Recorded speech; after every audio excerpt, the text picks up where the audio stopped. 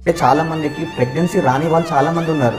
వాళ్ళకు అబ్బాయి అమ్మాయి అవసరం లేదు, కానీ బిడ్డ పుడితే చాలు అనే ఆప్షన్లో చాలా మంది ఉన్నారు మేడం.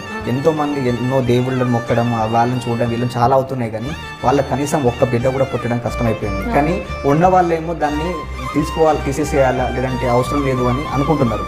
కాకపోతే మనం ఇంకా ఏ విధానంలో చెప్పొచ్చు మేడం? అంటే లీగల్గా ఎన్ఫోర్స్ చేయడం కంటే సొసైటీలోనే ఆ values from the childhood it should be incorporated into education.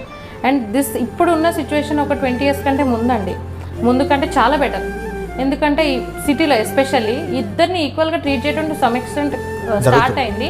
And I have also seen many working women they have come, మాకు ఇప్పుడు డాటర్ కావాలి, ఫస్ట్ చైల్డ్ అయినా we want a daughter, it is good we have a daughter అని.